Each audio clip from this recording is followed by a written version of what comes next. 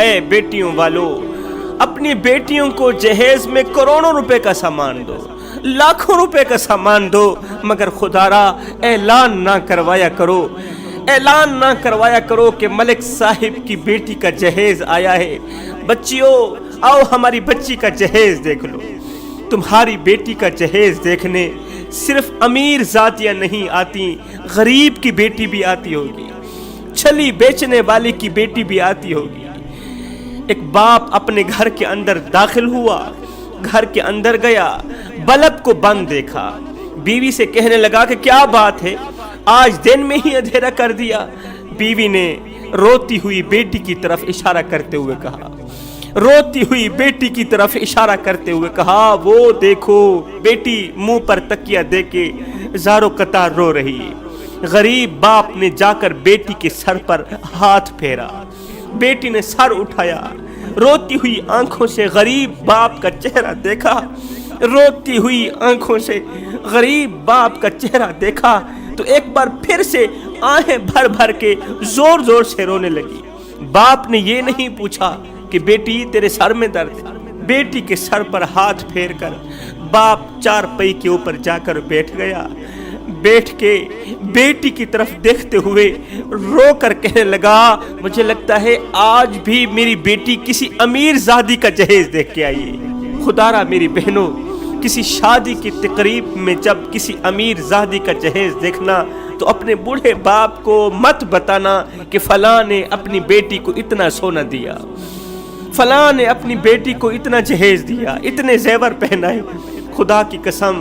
بیٹی کے منہ سے نکلا یہ جملہ باپ کی کمر توڑ کے رکھ دیتا ہے۔ پوری رات باپ کو رو رو کے اللہ کے سامنے شکوہ کرنے پر مجبور کر دیتا ہے۔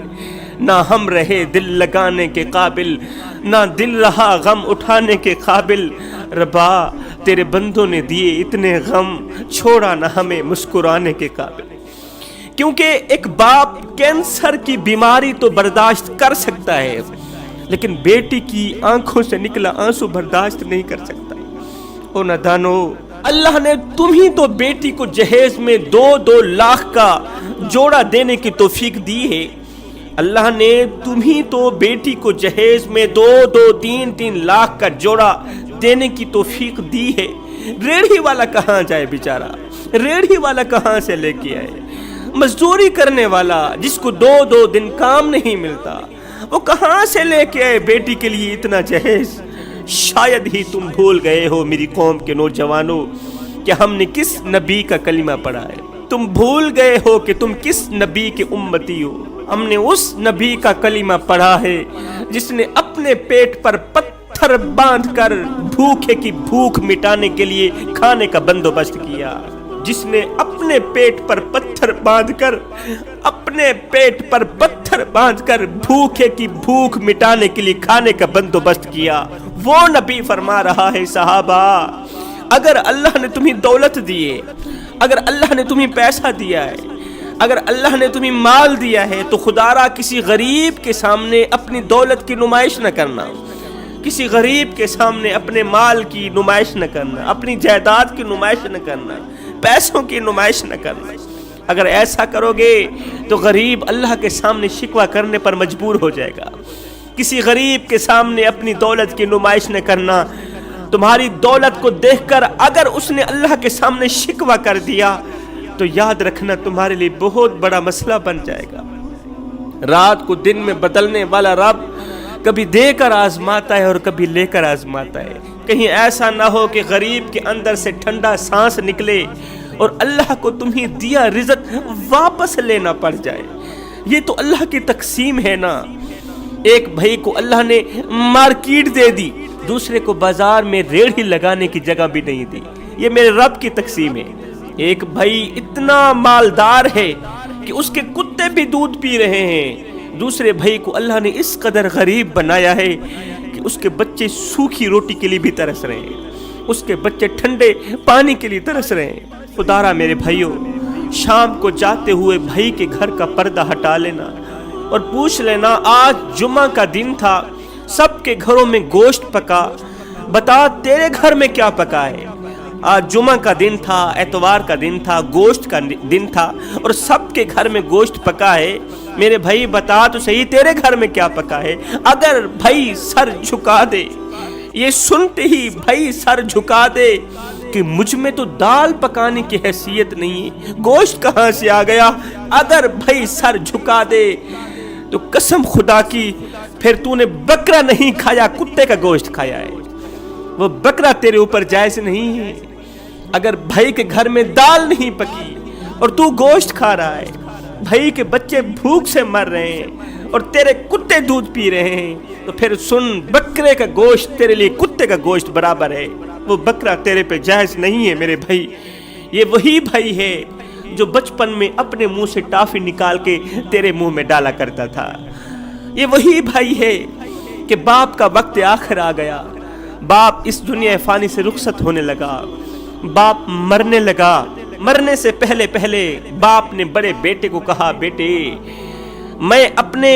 چھوٹے بیٹے کو تیرے حوالے کر کے جا رہا ہوں، میں مر رہا ہوں، میرا یہ چھوٹا بیٹا تیرے حوالے ہے، میری ذمہ داری تو نے نبھانی ہے، میرے چھوٹے بیٹے کا خیال رکھنا، تو بڑا ہے، باپ کا فرض ادا کرنا۔ ہائے باپ مر گیا، پھر بڑے بھائی نے کچھ اس طرح کی ذمہ داری نبھائی، بڑے بھائی نے کچھ اس طرح کی ذمہ داری نبھائی، اپنی ساری زندگی خاک چھاننے میں گزار دی۔ باپ کے مر جانے کے بعد بڑے بھائی نے کچھ اس طرح کی ذمہ داری نبھائی، کہا کہ اپنی ساری زندگی خاک چھاننے میں گزار دوں گا لیکن اپنے چھوٹے ویر کو تتی واہ نہیں لگنے دوں گا۔ اچھا کھلایا، اچھا پلایا، کمزور سے کندھے پہ بوریاں لاد لاد کے دن رات ایک کر کے اوور ٹائم لگا کے سارا دن پورا دن خاک چھانتا رہا، روزی روٹی کماتا رہا، چھوٹے بھائی کو تعلیم دی، اسے پڑھایا لکھایا سکھایا۔ چھوٹا ویر جب بڑا ہوا تو اللہ نے اسے اس قدر مالا مال کیا، اس قدر عطا کیا کہ بڑی بڑی مارکیٹیں اس نے خرید لی، اللہ نے خوب اسے مال و دولت سے نوازا، اور بڑے بھائی کو بازار میں ریڑھی لگانے کی جگہ بھی نہ دی۔ اللہ نے چھوٹے کو مال اس لیے دیا کہ دیکھیں تو صحیح کہ یہ اپنے اوپر احسان کرنے والے، نعمتوں کی بارش برسانے والے بھائی کے ساتھ کتنی وفا کرتا ہے۔ بچپن میں دونوں بھائی ایک ساتھ سویا کرتے تھے، ملاقاتیں بستر میں ہوا کرتی تھی، باتیں بستر پہ ہوا کرتی تھی، گپ شپ بستر کے اندر ہوا کرتی تھی، ایک دوسرے کے منہ سے ٹافی نکال کے ایک دوسرے کے منہ میں ڈالا کرتے تھے، ملاقاتیں بستر میں ہوا کرتی تھی۔ ہائے جس دن سے والدین کا انتقال ہوا، باپ کی وراثت کے چکر میں، باپ کی وراثت کے چکر میں، جائیداد کے چکر میں اب دونوں کی ملاقاتیں عدالتوں میں ہوتی ہیں۔ اس بھائی نے بھی وکیل کھڑا کر رکھا ہے، اس بھائی نے بھی وکیل کھڑا کر رکھا ہے۔ خدا پاک کی قسم، جب بھائیوں کا پیار ختم ہو جائے، جب والدین کے ساتھ ملازموں کا سا سلوک کیا جائے، ماں باپ کو ان کی غربت کے تانے دیے جائیں، جب بیوی کو پیر کی جتی سمجھی جائے، جب اللہ کا دین لاوارث ہو جائے، الماریوں میں پڑے ہوئے قرآن اپنے پڑھنے والوں کے لیے منتظر ہوں، مسجدوں میں پڑی چٹائیاں ہمارا انتظار کر رہی ہوں، مؤذن اذان دے دے کے تھک جائے، جب سجدوں کے لیے کوئی نہ آئے، یہ وہ صورتحال ہوتی ہے کہ سور پھونکنے والا فرشتہ کہتا ہے اللہ مجھے حکم دے ابھی اور اسی وقت میں ان تمام نافرمانوں کو ختم کر دوں، تیری زمین کو گندگی کے ڈھیر سے پاک کر دوں،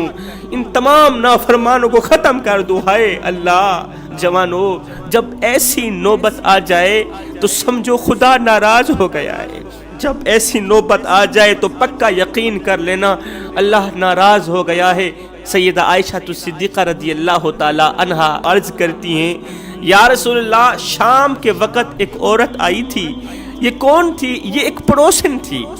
اس نے آ کر کہا اے عائشہ آپ کے گھر میں بھی چولہا نہیں جلا، 2 دن ہو گئے ہیں آپ کے گھر میں بھی چولہا نہیں جلا اور میرے گھر میں بھی چولہا نہیں جلا، میں تمہیں بتانے آئی ہوں کہ اگر کوئی حضور کا غلام آئے ہدیے کے طور پر، اگر کچھ کھجوریں دے کے جائے، حضور کا غلام ہدیے کے طور پر اگر کچھ کھجوریں دے کے جائے تو عائشہ میرے بچوں کا بھی خیال رکھنا، میرے بچوں نے بھی 2 دن سے کچھ نہیں کھایا، میرے بچے 2 دن سے بھوکے ہیں، میرا بھی خیال رکھنا۔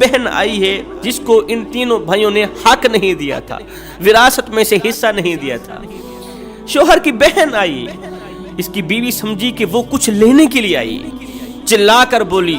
ہمارے گھر میں تو پہلے سے ہی فاقہ پڑا ہوا ہے، بیماری نے گھیرا ہوا ہے، اب تو بھی لینے کے لیے آ گئی، اب تو بھی کچھ لینے کے لیے آ گئی۔ کہا بھابی خدا کی قسم میں تیرے گھر کا پانی بھی نہیں پیوں گی، بلکہ میں تو اپنے بھائی سے علیحدہ سے ایک بات کرنے آئی۔ غصے میں آ کر بھابی اندر چلی گئی۔ آئے بہن روتے ہوئے بھائی کے پاس گئی، اس کے کندھے پہ ہاتھ رکھ کر کہا بھائی ضرورت کے وقت جیسے آپ نے بھائیوں کا دروازہ کھٹکھٹایا، کاش کہ بہن کا دروازہ بھی کھٹکھٹا لیتے۔ ضرورت کے وقت جیسے آپ بھائیوں کے پاس گئے، کاش کہ میرے پاس بھی آ جاتے۔ بھائی نے ہچکیاں لیتے ہوئے کہا بہن جب تجھے کچھ دیا ہی نہیں تو پھر لینے کیا آتا، لینے کیا آتا۔ بہن نے کیا کیا، یوں کر کے ہاتھوں کی آستینیں چڑھائیں، اور جو ماں کی نشانی تھی اس نے سارے کے سارے کنگن اتار کر بھائی کی جھولی میں ڈال دی۔ ماں نے جو کنگنوں کی صورت میں نشانی دی تھی، وہ نشانی وہ کنگن اتار کر بھائی کی جھولی میں ڈال دیے، اور روتے ہوئے کہا بھائی اسے بیچ کر اپنے بیٹے کا علاج کرو، ان کنگنوں کو، سونے کے کنگنوں کو بیچ کر اپنے بیٹے کا علاج کرو، اور ہاں اپنی بیوی کو بھی مت بتانا، خواہ مخواہ وہ غصہ کرے گی، اور ہاں تیرے بیٹے کو اگر خون کی ضرورت ہو، تیرے بیٹے کو اگر خون کی ضرورت ہو تو مجھے ضرور بتانا، اگر میرا خون نہیں لگے گا تو میں اپنے 10 سالہ بیٹے کا خون نکلوا کے دے دوں گی، خون کی ضرورت بھی ہو تو میرے پاس چلے آنا۔ اللہ اکبر، ان پیسوں نے ہمیں بہنوں سے دور کر دیا، باپ سے دور کر دیا، ہر ایک چیز سے دور کر دیا، یہاں تک کہ دین سے بھی دور کر دیا۔ میں دعا کرتا ہوں اللہ ہمیں جلد توبہ کرنے کی توفیق عطا فرما، اللہ ہمیں جلد تیرے ساتھ صلح کرنے کی توفیق عطا فرما، آمین ثم آمین، وما علینا الا البلاغ المبین۔